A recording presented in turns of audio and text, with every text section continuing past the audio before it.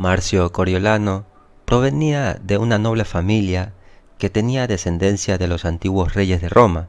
Me refiero a Numa y a Anco Marcio. Otros personajes del clan de los Marcios habían alcanzado la fama al llevar a Roma una gran parte de suministros de agua dulce, pero Cayo Marcio es recordado por logros diferentes, ya que mostró un gran potencial militar cuando era joven, sirviendo con valentía en la última batalla contra Tarquino, salvándole la vida a un soldado romano al matar a su agresor. Por ello recibió una medalla al valor. Más tarde, cuando Roma entró en guerra contra los volscos, Marcio animó a otros patricios a que demuestren su valor uniéndose al llamado para luchar en su ejército. Y así fue. El ejército romano quedó bajo el mando del cónsul Póstumo Cominio, político militar que logró asediar la ciudad de los volscos. Sin embargo, mientras los romanos estaban concentrados en el asedio, otra fuerza volsca llegó desde Antium y atacó a los romanos, y al mismo tiempo los soldados de Corioli lanzaron una salida. Marcio, mientras tanto, vigilaba en el momento del ataque de los enemigos y rápidamente reunió una pequeña fuerza de soldados romanos para luchar contra los volscos que habían salido de Corioli. No solo repelió al enemigo, sino que atravesó las puertas de la ciudad y luego comenzó a prender fuego a algunas de las casas que estaban alrededor de la muralla de la ciudad. Los ciudadanos de Corioli gritaron y toda la fuerza volsca quedó desanimada y fue derrotada por los romanos. Finalmente la ciudad fue capturada y Marcio obtuvo el sobrenombre de Coriolano. Con la guerra contra los volscos resuelta en una tregua, Roma enfrentó hambruna y disidencia entre su pueblo. Sin embargo, los ciudadanos de Belitrae habían sido diezmados por una epidemia y fueron a Roma para entregar su ciudad y buscar la colonización. Esto también se convirtió en objeto de desacuerdo, y cuando los cónsules pidieron a los romanos que fueran a Belitrae, el pueblo se negó. Después Coriolano dirige una incursión en Antium, donde logró conseguir suficiente maíz y otros botines para aliviar el hambre en Roma. Esto mejoró aún más su reputación entre el pueblo y se presentó como candidato popular en las siguientes elecciones consulares. Sin embargo, durante su campaña el pueblo vio que no era más que otro patricio más, ya que Coriolano se opuso firmemente a la distribución gratuita de cereales que había sido enviado como regalos desde Siracusa y que habría aliviado en gran medida el hambre entre la gente corriente. Y las cosas llegaron rápidamente a un punto crítico y Coriolano fue convocado para responder ante el pueblo por sus acciones en el Senado, que supuestamente incitaban a la guerra civil. Coriolano respondió manteniéndose firmemente y continuando con su desprecio por el pueblo. En consecuencia, los tribunos lo condenaron a muerte y ordenaron que lo llevaran a la roca Tarpeya y lo arrojaran inmediatamente. Cuando intentaron arrestarlo y hacer esto, muchos se dieron cuenta del acto monstruoso que sería y fue rodeado y protegido por una multitud de patricios y también muchos plebeyos. Luego se acordó con los tribunos que Coriolano sería juzgado por los ciudadanos en menos de un mes. Coriolano reconoció la dificultad que tenía el Senado por sus sentimientos bondadosos hacia él y su temor hacia la gente común, y adelantó el juicio en un esfuerzo por limpiar su nombre. Finalmente hacen el juicio por votación y es declarado culpable por una pequeña mayoría de 3 y desterrado de Roma de forma perpetua. Coriolano fue probablemente el único patricio que mantuvo la compostura ante esto. Regresó a su casa, donde su madre y su esposa estaban muy angustiadas por la noticia. Luego fue escoltado por los compañeros patricios hasta la puerta de la ciudad y finalmente se despide. Después Coriolano decide vengarse de los romanos junto con Tulio Aufidio, el líder de los volscos. Los dos comenzaron a planear la guerra contra Roma. Mientras tanto, los romanos estaban desgarrados por las continuas disensiones y cada vez más temerosos de una serie de malos augurios.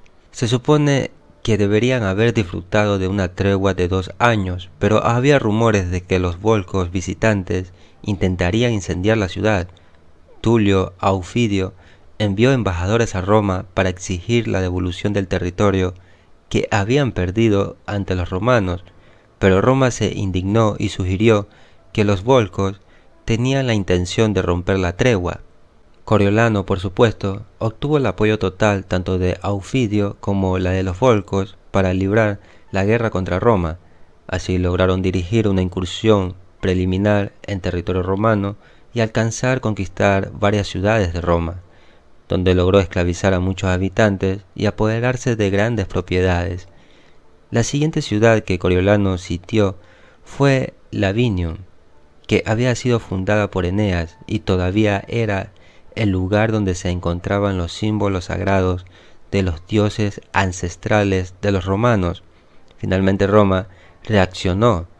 Los comunes propusieron revocar la sentencia contra Coriolano e invitarlo a regresar a Roma, lo que fue rápidamente vetado por el Senado.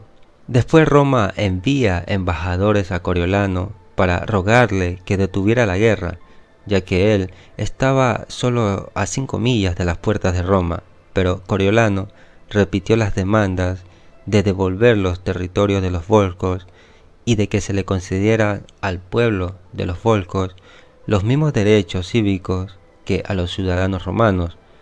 Les dio 30 días para responder y luego se retiró con sus fuerzas militares. Bueno, después de conquistar varias ciudades y a punto de atacar a Roma, llega la madre de Coriolano a las puertas de la ciudad para recriminarle por lo que estaba a punto de hacer. Cuando éste vio a su madre, se acercó a ella y la abrazó. Finalmente fue convencido por ambas mujeres, porque también estaba la esposa de Coriolano, llamada Volumnia, para que cesara en su empeño de atacar a su patria, y Coriolano retiró el ejército del territorio volsco. Después Coriolano regresa con el líder Aufidio en Antium y es asesinado por conspiración.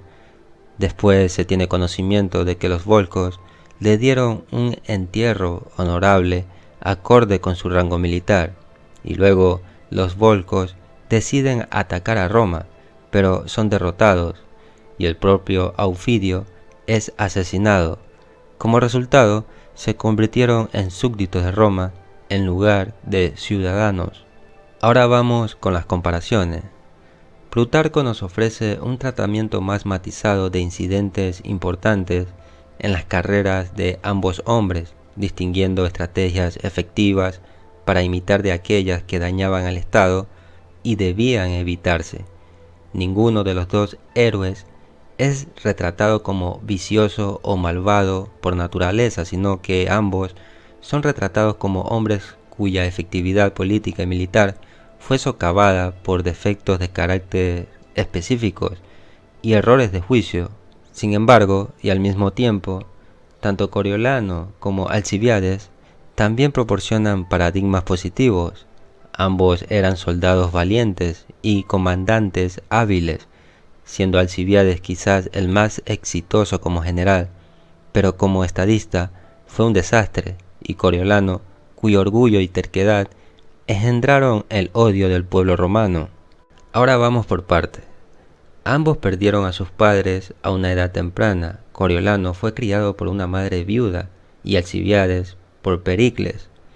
Ambos hombres fueron exiliados en la cima de sus carreras y se unieron al enemigo para luchar contra sus estados nativos. Ambos estaban invictos como generales, sin embargo, en sus rasgos de carácter, Coriolano y Alcibíades se presentan como opuestos. La templanza, la rigidez, la ira caracterizan a Coriolano, mientras que Alcibíades es lascivo, flexible y afable.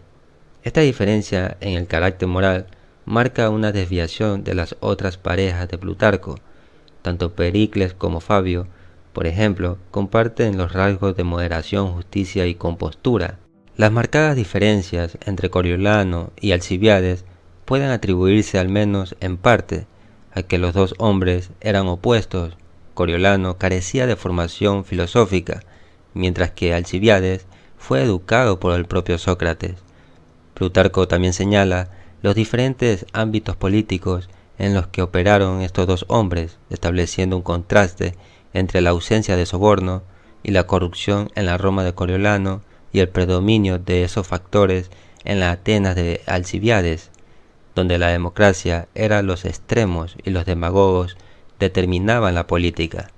Finalmente, Plutarco utiliza ambos personajes para ofrecer nuevas ideas sobre cómo las rupturas con el pueblo pueden surgir de una variedad de factores, los cuales el estadista debe considerar y evitar para estar en los asuntos públicos. Coriolano tenía un orgullo arrogante y carecía de capacidad de persuasión. Como comandante, no obtuvo grandes éxitos para su ciudad, pero Alcibíades había prestado muchas veces sus servicios a Atenas. Así que para concluir, Plutarco nos comenta que Coriolano era simple de naturaleza y directo, pero Alcibíades fue maliciosamente engañoso en su trato con los embajadores espartanos, lo que puso fin a la paz, y Coriolano libró la guerra contra los romanos simplemente por su ira, una pasión de la que nadie recibe jamás una recompensa agradecida.